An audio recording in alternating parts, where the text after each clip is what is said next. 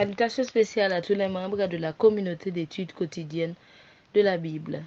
Nous sommes heureux d'être avec vous. Aujourd'hui, question d'étudier avec vous la leçon de l'école du sabbat. Nous prenons plaisir aussi à vous remercier d'avoir suivi attentivement nos différentes diffusions et de les partager aussi.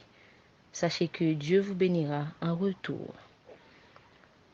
Nous prions le Seigneur bien avant de commencer. Merci éternel notre Dieu pour ta grâce envers nous manifester. Merci de nous donner ton Esprit Saint, tandis que nous allons étudier ta parole. Aide-nous à comprendre et à partager en retour. Fais du bien à notre âme. Au nom de Jésus.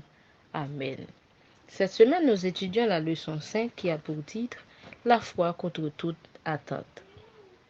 Verset à mémoriser. « Je serre ta parole dans mon cœur afin de ne pas pécher contre toi ». Psaume 119, verset 11. Aujourd'hui est lundi 24 avril 2024.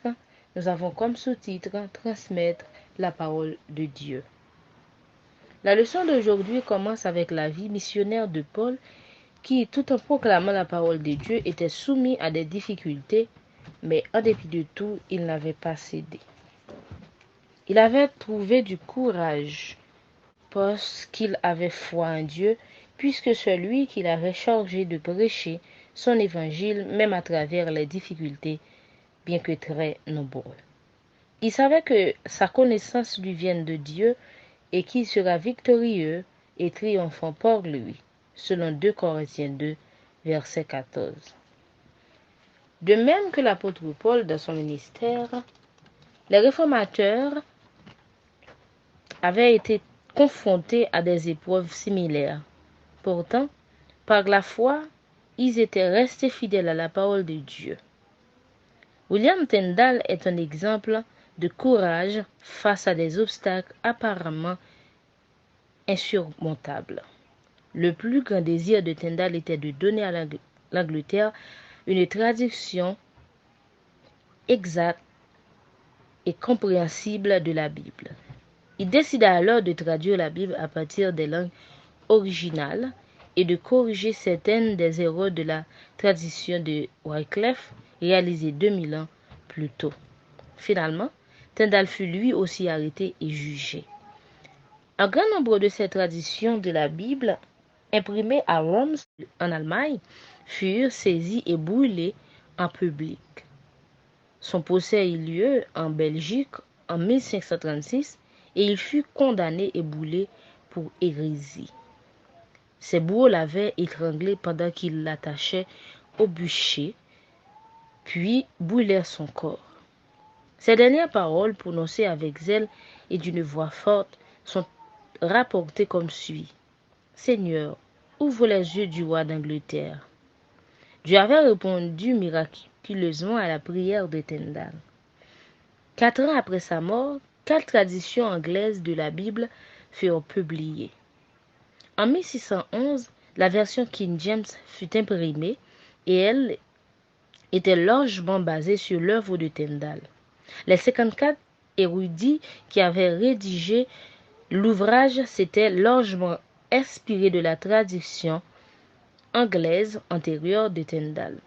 Selon une estimation, l'Ancien Testament de la version King James de 1611 est composé de 76% de la tradition de Tyndale et le Nouveau Testament à 83%.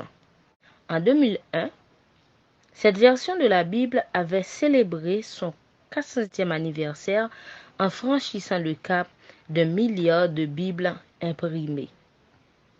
Traduite en 2454 langues, elle a touché des dizaines de millions de personnes dans le monde entier.